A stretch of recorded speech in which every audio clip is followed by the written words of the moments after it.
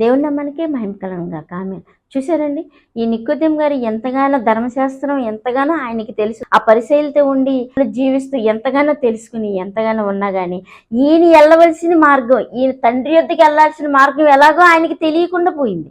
అయితే దేవుని కుమారుడు ఈయన చేస్తున్న ప్రత్యక్షతలు, ఈయన చేస్తున్న అద్భుత క్రియలను బట్టి ఈయన దేవుని కుమారుడని విశ్వసించి నమ్మి దేవుని యొద్దకు వచ్చి దేవుని కుమారుని ఆ యొక్క తండ్రి యొద్దకు వెళ్ళాలని అడిగినప్పుడు దేవుని కుమారుడు సత్య మార్గం ఆత్మ మూలంగా శరీరం మూలంగా జన్మించాలని ఆయన చెప్పినప్పుడు ఆ యొక్క చెప్పిన మాట ఆ టైంలో ఆ నికోదేము గారికి అర్థం కాకపోయినా మనసులో పెట్టుకుని ఆయన ఎంతగానో ఆయన మార్గంలో వెళ్ళిపోయాడు.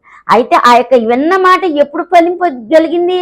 ఆయన యొక్క పార్థివ దేహం దగ్గర, ఆయన యొక్క శిలువ మీద ఆయనకి వేసిన శిక్షను బట్టి, వీళ్ళు చేసిన పనిని బట్టి ఆ రెండింటిని తేడా చూస్తే ఈయనున్నది ఎంత భయంకరమైన లోకం, వీళ్ళు భయంకరము.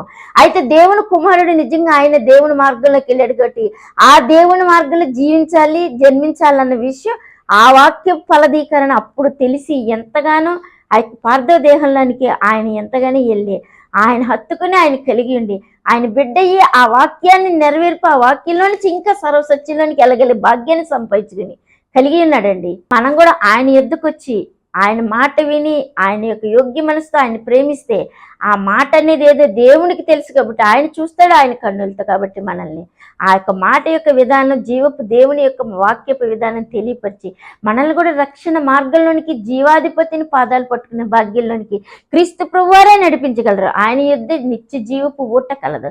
కాబట్టి అట్టి భాగ్యాన్ని మనం కూడా ఆయనలాగా పొందుకుని రక్షించబోతుందామండి. ఆమె